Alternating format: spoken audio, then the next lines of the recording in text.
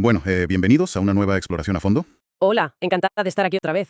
Para quienes buscan entender no solo los titulares superficiales, sino la ingeniería subyacente que mueve las infraestructuras digitales a escala, la sesión de hoy presenta un caso de estudio sumamente técnico. Muy técnico, sí. La misión de este episodio, o mejor dicho, de esta inmersión total que vamos a hacer hoy, es diseccionar la evolución arquitectónica de un ecosistema que está en plena fase de transición. Ujú. Y para ello, vamos a utilizar como base documental un anuncio oficial emitido por la comunidad de BitNest, Eso es. fechado exactamente el 25 de febrero de 2026. Es, un texto bastante denso, Bastante. centrado en infraestructura de red, en gestión de dominios y optimización de latencia global. Es un documento que, fíjate, si lo leemos entre líneas, nos revela muchísimo sobre los desafíos de escalabilidad en sistemas distribuidos. Claro. O sea, no estamos ante un simple rediseño de interfaz o un cambio de marca estético. No, para nada. Lo que este comunicado expone es una reestructuración a nivel de enrutamiento y, lo que es más importante, un aislamiento preventivo de su red principal. La famosa mainnet. Exacto, la mainnet. Y analizar cómo planifican esta segmentación del tráfico operativo nos proporciona una radiografía excelente de las metodologías que se usan hoy en día para mitigar cuellos de botella. Ujú. Sobre todo en ecosistemas de altísima concurrencia. Pero bueno, antes de entrar en la disección de los aspectos puramente técnicos, creo que es imperativo establecer el marco de nuestro análisis, para la audiencia. Fundamental. El propósito de esta exploración es estrictamente educativo y analítico. Vamos a desglosar las decisiones de arquitectura de red y los plazos de despliegue descritos en este documento, tal y como fueron publicados. Sí, con total objetividad. Exactamente. Este análisis no constituye, bajo ninguna circunstancia, un respaldo, una promoción o una validación de la plataforma BitNest ni de sus servicios. El objetivo es operar como observadores imparciales, utilizando el documento simplemente como una ventana hacia las prácticas de ingeniería de sistemas y gestión de migraciones digitales masivas. Y esa neutralidad es precisamente la base de nuestro enfoque hoy. Eso es. Lo verdaderamente valioso aquí, para quienes nos escuchan, es extraer los patrones de diseño de sistemas. Nos interesa la mecánica de la migración en sí misma. El cómo lo hacen. Claro, el cómo una arquitectura monolítica inicial se fragmenta, de repente, en microservicios, accesibles a través de dominios especializados. Ya.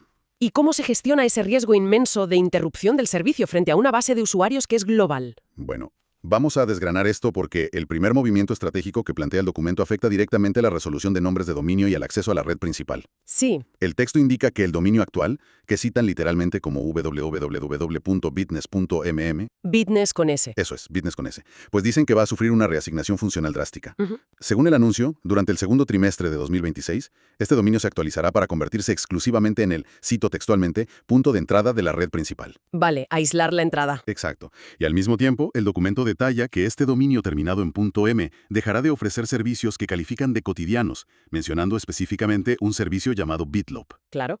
Y a ver, la justificación oficial que dan para retirar estos servicios del dominio principal es, de nuevo cito, garantizar la estabilidad del acceso y mejorar la experiencia global del usuario. Lógico. A mí me viene a la mente una analogía. Para hacerlo más accesible, es como si un edificio histórico de la ciudad se estuviera renovando para ser exclusivamente la sede central corporativa. Me gusta. Y claro, por seguridad y logística, todas las tiendas y cafeterías que estaban en la planta baja tienen que mudarse a otro sitio. Exactamente eso. Lo fascinante aquí es cómo esta decisión refleja una maduración casi forzada, te diría, de la infraestructura. Forzada por el volumen. Claro. En las fases iniciales de muchos proyectos distribuidos, es súper común tener una arquitectura unificada. Los nodos RPC, que son las puertas de enlace a la blockchain o a la red principal, comparten recursos de balanceo de carga con las interfaces web de usuario. Todo en el mismo saco. Todo junto. Pero el problema surge cuando las llamadas a la interfaz de usuario, es decir, todo ese tráfico de lectura y escritura de bajo nivel operativo, empieza a competir por el ancho de banda. Ya, claro. Compiten con la validación dura de transacciones de la red principal. Eso es. Aislar el dominio .m para que apunte únicamente a la mainnet los indica que están aplicando un patrón clásico de reducción de la superficie de ataque y mitigación de DDoS. Ujú. Al eliminar servicios de alta fricción, como ese BitLoop que mencionabas, de ese punto de entrada concreto, se aseguran de que la latencia en la propagación de bloques no se ve afectada por picos de tráfico web convencional. Claro, separan el grano de la paja a nivel de red. Pero, sin embargo, hay un aspecto que me llama poderosamente la atención sobre los plazos que manejan. A ver, El anuncio se emite a finales de febrero. el 25. Exacto, 25 de febrero. Pero la transición definitiva de este dominio hacia su rol exclusivo como entrada a la mainnet la programan para el segundo trimestre del año. Ujú. Desde una perspectiva puramente de operaciones tecnológicas, dejar una ventana de meses entre el anuncio de una obsolescencia funcional y la ejecución real suele ser una medida de contingencia bastante seria. Sin duda. Mi pregunta es, ¿qué tipo de preparación a nivel de servidores y bases de datos requiere una separación de esta magnitud para justificar un preaviso tan extenso? ¿No es cambiar un cable? No, que va. Requiere una orquestación meticulosa. Hablamos de bases de datos distribuidas y de la reconfiguración total de las APIs. Claro. Como decías, no se trata simplemente de cambiar un registro DNS en un panel de control. Ya. Tienen que instanciar nuevos entornos de producción para esos servicios cotidianos que van a migrar. Tienen que asegurar que la replicación de datos sea absolutamente exacta y en tiempo real. Sin perder ni un solo dato por el camino. Exacto. Y auditar los contratos inteligentes o la lógica de backend para que apunten a los nuevos identificadores internos. Menudo trabajo. Es un trabajo titánico. Ese periodo de meses hasta el segundo trimestre es lo que llamamos la fase de preproducción o staging. Vale. Ahí es donde probablemente mantendrán ambos entornos corriendo en paralelo. Para comparar. Para monitorear cualquier discrepancia mínima antes de atreverse a cortar el cordón umbilical del dominio original. Aquí es donde la cosa se pone realmente interesante. Porque la alternativa a ese dominio .m del que hablábamos ya está sobre la mesa en el mismo documento. Sí, no les dejan a ciegas. Eso es. El comunicado no deja a la base de usuarios en un limbo sin saber a dónde ir. Establece, con esa misma fecha de 25 de febrero, una directriz súper clara para redirigir el tráfico. Y para la audiencia, tomen nota mental de esto, recomiendan priorizar el uso de nuevos dominios. ¿Y especifican cuáles? Concretamente www.businessnews y el dominio www.business.finance. Con la T al final, Bigness. Business, exacto. Ahora sí con la T. Y el texto es muy granular respecto a qué debe suceder exactamente en estos nuevos espacios. Sí. Enumera las operaciones. Enumera visitar el sitio web oficial, participar en la circulación de BitLob y realizar la compra de nodos. Fíjate en esas dos últimas. Claro. Si desglosamos estas operaciones, particularmente esa compra de nodos y la circulación, estamos hablando de transacciones pesadas. Transacciones que alteran el estado del sistema. No son simples consultas de lectura para ver un saldo. Y ese es el núcleo técnico de toda esta reestructuración. Al derivar procesos interactivos complejos hacia un dominio con un top-level domain específico, como ese .finance que decías, Sí. lo que están implementando es un balanceo de carga semántico y estructural. Semántico porque el nombre ya te dice a qué vas. Exacto. Y estructural porque va a servidores distintos. La circulación de activos o tokens y la compra de nodos implican interacciones súper directas con la capa de ejecución del ecosistema. Generan firmas criptográficas, supongo. Generan firmas criptográficas, requieren confirmaciones de red constantes y, sobre todo, consumen recursos computacionales muy significativos. Ya. Al aislar este tráfico transaccional que es tan pesado en infraestructuras independientes bajo el paraguas de ese dominio finance, están blindando el entorno de ejecución crítico de la red principal. O sea, lo que decíamos del edificio central. Dejan a los directivos trabajar en paz sin el ruido de las tiendas. Totalmente. Y además es un reconocimiento tácito de que el volumen transaccional diario seguramente ha superado la capacidad de procesamiento del diseño monolítico que tenían al principio. Se les quedó pequeño. Pero claro, migrar a una base de usuarios activa hacia nuevas URLs de operaciones financieras conlleva un riesgo operativo severo. Uf, enorme. Concretamente en el vector de la ciberseguridad. En el ecosistema tecnológico, y especialmente si hablamos de entornos de finanzas o redes de nodos, el phishing y la suplantación de identidad mediante dominios clonados es la amenaza número uno durante cualquier periodo de transición. Es el momento más vulnerable. Totalmente. Cuando un proyecto pide a miles de participantes que, de un día para otro, dejen de usar la dirección de siempre y empiecen a realizar compras de nodos en una nueva dirección que termina en .finance, se abre una ventana temporal peligrosísima. Ya lo creo.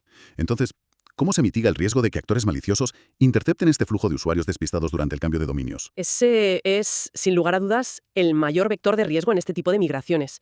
Y la mitigación tecnológica pura, fíjate, tiene sus límites aquí. Claro, el factor humano. Exacto. A nivel técnico pueden implementar redirecciones automáticas temporales tipo 301 desde subdirectorios del dominio antiguo. Vale. Y pueden asegurar que los nuevos dominios tengan implementaciones estrictas de HTTPS. El HTTP es Strict Transport Security. Ese mismo, para forzar conexiones seguras y prevenir ataques de degradación de protocolo. Además, la integración de firmas digitales en los comunicados y la verificación cruzada en múltiples canales oficiales son prácticas estándar que seguro que aplican. Sí. Pero como bien señala el análisis de vulnerabilidades clásico, durante estas transiciones tan masivas, la seguridad deja de ser un problema puramente de criptografía, de curvas elípticas o de certificados SSL. ¿Pasa a ser otra cosa? Se convierte en un desafío de ingeniería social defensiva. Básicamente, deben educar al usuario más rápido de lo que un atacante puede llegar a confundirlo. Es una carrera contra reloj por la información. Literalmente. Volviendo a la infraestructura dura, digamos, al hierro de los servidores, hay una anomalía temporal en el documento que creo que merece mucha atención. ¿Cuál exactamente? A ver, el anuncio tiene fecha del 25 de febrero. Y gran parte del texto nos habla de cambios futuros, proyectados hacia el segundo trimestre. Sí, la desconexión de servicios. Exacto. Sin embargo, justo en medio del comunicado, informan sobre un hito técnico que ya está ejecutado. Hablan del despliegue de un acceso acelerado global que, según afirman ellos mismos, se lanzó oficialmente 10 días antes, el 15 de febrero de 2026. El documento sostiene que este acceso global es ahora, y cito, más rápido, estable y fluido. Vale. Desplegar una capa de aceleración justo antes de iniciar la migración de dominios me parece una inversión masiva en la capa de transporte de red. Es que si conectamos esto con el panorama general de la migración, la implementación de un acceso acelerado global previo revela una estrategia de red verdaderamente sofisticada. No están improvisando. No parece, ¿no? En la práctica, cuando vemos esto en la industria, suele traducirse en la integración de redes de entrega de contenido de borde, lo que conocemos como Edge CDN, y la optimización de protocolos de enrutamiento tipo Anycast. Lo que están construyendo bajo el capó es una topología de red distribuida geográficamente a gran escala. Para acercarse al usuario. Exacto. Antes de pedir a la gente que realice operaciones súper pesadas, como esa compra de nodos en el nuevo dominio Finance, se han asegurado de que los puntos de presencia, los famosos POPs, estén literalmente lo más cerca posible del dispositivo del usuario final. Ya veo. Esto reduce drásticamente la latencia en el protocolo de enlace TLS y minimiza los tiempos de ida y vuelta de los paquetes de datos. El ping, vamos. Eso es. Esencialmente, han ensanchado y pavimentado todas las rutas de acceso globales semanas antes de desviar el tráfico pesado hacia ellas. Es de manual. Es preparar la autopista antes de mandar a todos los camiones por ahí. Y el texto detalla cómo se gestiona ese ensanchamiento de rutas, que no es inmediato. Anuncian la apertura gradual de los nuevos nombres de dominio de acceso global en un plazo muy específico. 15 días hábiles, dicen. 15 días hábiles. Este es un dato muy curioso. En la ingeniería de redes convencional, la propagación de un registro DNS a nivel mundial suele tomar un máximo de 48 horas. Como muchísimo. Sin embargo, el documento de Bitnest estipula 15 días hábiles argumentando que es necesario para optimizar aún más la experiencia de acceso en las diferentes regiones. 15 días hábiles es prácticamente un mes natural de ajustes, si quitas fines de semana. ¿Qué justifica un despliegue tan prolongado si no es simplemente esperar a la propagación de DNS? Es que la elección de ese margen de 15 días hábiles nos indica claramente que no están lidiando únicamente con la latencia pasiva de la propagación DNS en los servidores raíz. Eso es la punta del iceberg. Entonces, ¿qué están haciendo durante ese mes? Lo que ese plazo sugiere fuertemente es un despliegue canario escalonado. Un canary release de toda la vida, pero a nivel de infraestructura global, combinado con pruebas de carga muy localizadas. Claro, van abriendo el grifo poco a poco. Exacto. Al hablar de optimizar en las diferentes regiones, están reconociendo una realidad incómoda, y es que las topologías de Internet varían enormemente según donde estés. No es lo mismo conectarse desde Tokio que desde Madrid. Ni de lejos. El enrutamiento BGP en el sudeste asiático, por ejemplo, no se comporta con la misma previsibilidad y estabilidad que en Europa Central o en Norteamérica. Hay muchos más saltos, diferentes infraestructuras troncales. Ya. Esos 15 días permiten a sus ingenieros redirigir pequeños porcentajes de tráfico regional hacia los nuevos nodos locales. Digamos, un 5% en Asia. Observar cómo va. Monitorizar si hay fallos. Eso es. Monitorizan las tasas de error HTTP, evalúan el rendimiento real de la caché en el borde de la red y realizan ajustes dinámicos de enrutamiento antes de abrir las compuertas al 100% del tráfico global. Es una aproximación altamente conservadora, diría yo. Muy conservadora y muy técnica. Es la única forma de evitar caídas del servicio masivas por sobrecarga regional imprevista. Vale, visto así, tiene todo el sentido del mundo. Entonces, llegados a este punto, ¿qué significa todo esto a nivel operativo para los participantes que conforman el tejido humano del proyecto? Porque el anuncio da un giro radical en su tramo final. Sí, cambia el tono completamente. Pasa de hablar de dominios, latencia, redes principales y de repente emite un requerimiento organizativo. Un llamamiento. Exacto. Un llamado directo a los líderes de equipo y a los miembros de la comunidad para que asuman la responsabilidad de difundir el anuncio. Su objetivo declarado es garantizar que esta información técnica se transmita correctamente a todos los integrantes. Es súper interesante notar cómo, en infraestructuras tecnológicas sumamente complejas, el éxito final de una migración de red casi perfecta termina dependiendo de la capacidad de comunicación humana estructurada. Y es una admisión brutal de la realidad inherente a las arquitecturas descentralizadas o a las que están impulsadas fuertemente por una comunidad. Claro. Cuando tú no tienes el control corporativo absoluto sobre el hardware o el software cliente que utilizan los participantes, como pasaría en un banco tradicional, la gestión del cambio requiere mecanismos completamente diferentes. Necesitas que la gente actúe. Exacto.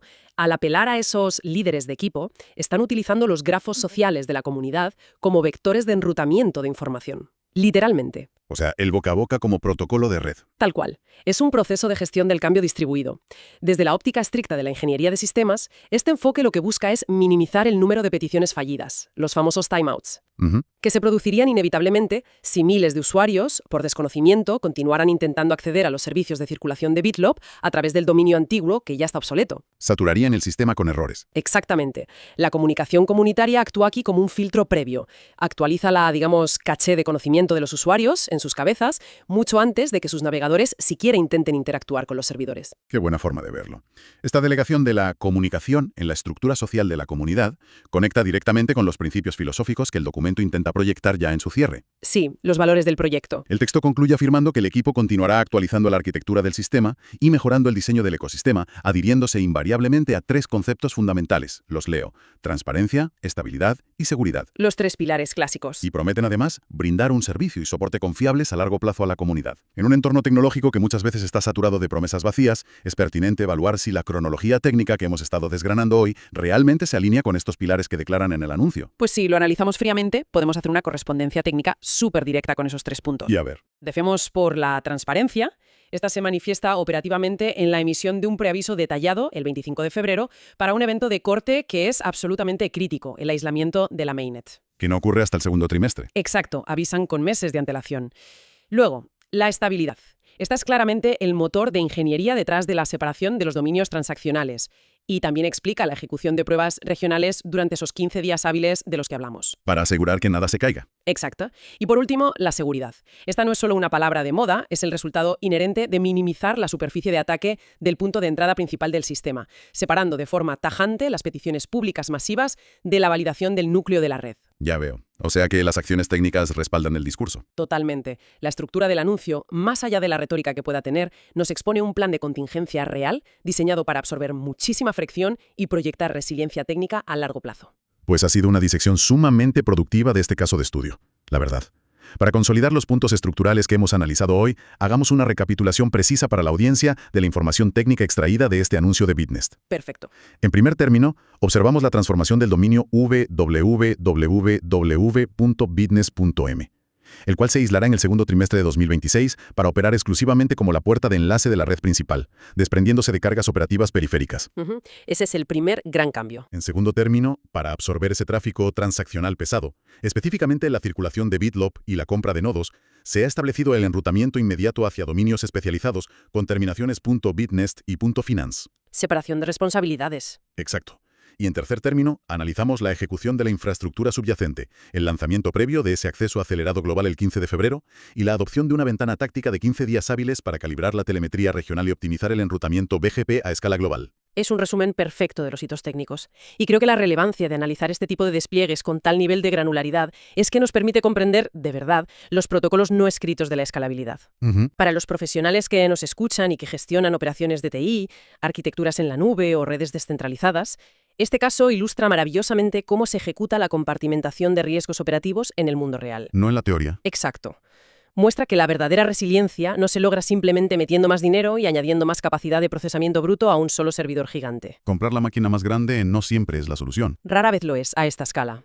Se logra diseñando sistemas modulares capaces de aislar fallos, distribuir la carga transaccional de manera inteligente y, sobre todo, preparar la infraestructura perimetral mucho antes de que se someta al estrés del tráfico real. Es una clase magistral sobre cómo anticiparse a los problemas estructurales antes de que se manifiesten como interrupciones catastróficas del servicio, de las que salen en las noticias. Completamente de acuerdo. Y sobre esa línea de anticipación que mencionas, me gustaría cedirte el último pensamiento para cerrar nuestro análisis de hoy. Gracias. Pues fíjate que esto plantea una pregunta importantísima, y creo que es la conclusión final que debemos extraer del nivel de esfuerzo tan detallado en este documento. Adelante. Cuando un ecosistema tecnológico dedica semanas a optimizar la latencia global nodo por nodo, desplegando CDNs, y cuando decide reestructurar toda su arquitectura de red, aislando por completo su mainnet y creando infraestructuras dedicadas exclusivamente a las finanzas y transacciones, ¿qué proyecciones de estrés, qué volumen masivo de tráfico concurrente y qué escala operativa colosal están anticipando internamente sus ingenieros para los próximos meses? ¿Qué hace que esta inmensa y costosa reingeniería preventiva sea absolutamente indispensable hoy? Esa es la clave.